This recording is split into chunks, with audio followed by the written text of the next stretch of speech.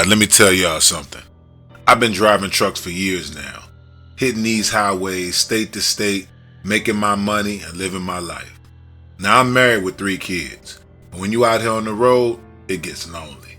Real lonely. So yeah, I got my little vices. A couple of dating apps here and there to pass the time. Maybe link up with a shorty when I'm parked up for the night. Some of them married, some of them not. I don't ask too many questions, it ain't my business. I ain't proud of it, but hey, it's the road.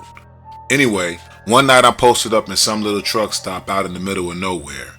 Ohio, Indiana, I don't even remember. I was swiping through the app when I came across this profile. Her name was Tasha. Thick, chocolate skin, beautiful smile, so fine she could stop traffic. Her bio said she liked a man who can handle long nights, and I chuckled at that. I swiped right, and wouldn't you know, we matched. So then we got to chatting, and she told me her husband didn't appreciate her. He was always working late or out with his boys. She said she needed some attention, and I was like, say less.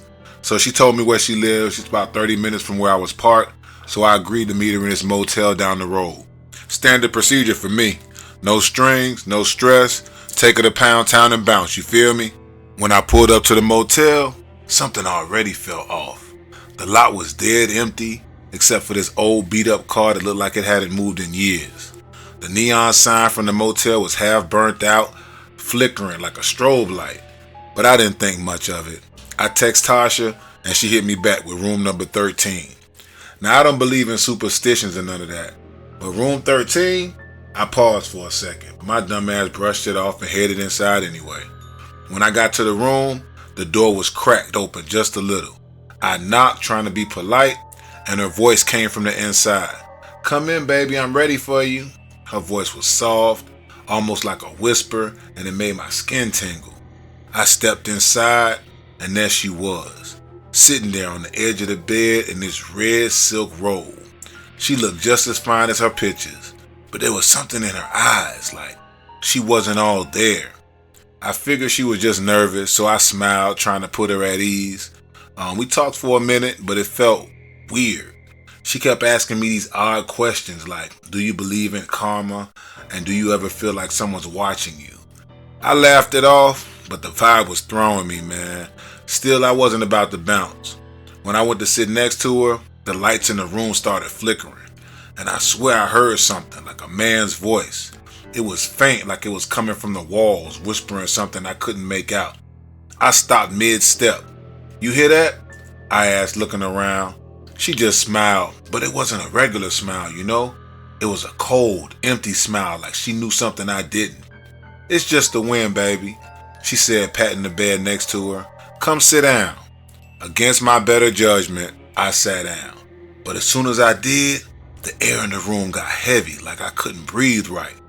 That's when I saw a shadow in the corner of the room. It wasn't shaped like no regular shadow. It was tall, wide, and it moved. I jumped up like, yo, who's there? Tasha didn't move. She just tilted her head and said, it's showtime, baby. Before I could ask what the hell she meant, the door slammed shut and the shadow stepped forward. It wasn't no man. It wasn't even human. Its eyes glowed red and his mouth stretched into this wide, unnatural grin. My legs felt like jelly, but I backed up trying to get out the door. What the hell is this? I yelled in my voice cracking. Tasha stood up, her robe falling to the floor. At first I saw her fine naked ass body and was like, damn. But then I swear her body started changing, man. Her skin turned green, her fingers stretched into claws, and her eyes went pitch black. This is what you deserve, she said, and her voice layered like it was coming from hundreds of throats. The shadow lunged at me and I barely dodged it, falling onto that nasty ass carpet. The last thing, the hand started scraping the wall, leaving deep gashes like knives, man. I scrambled to my feet, bolted for the door, but it wouldn't budge.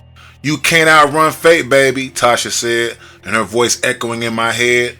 You played too many games. Now it's game over, bitch. I don't know how, but I kicked the door so hard it flew open. I ran like hell straight to my truck, not looking back. When I got inside and locked the doors, I thought I was safe. But when I looked in the side mirror, I saw her, Tasha, whatever she was, standing in the middle of the road smiling. I floored it, driving all night, too scared to stop. When I finally pulled over to the next morning, I checked my phone. Her profile, it was gone. Not just unmatched, gone, like it never existed. Since that night, I haven't touched a single dating app. Hell, I don't even look at women when I'm on the road. But no matter where I go, I keep seeing shadows out the corner of my eye, hearing whispers in the wind. And every now and then, I see her face in the rearview mirror, smiling that cold, empty smile. So to my truckers out there, stay away from married women. You never know who or what might be waiting for you.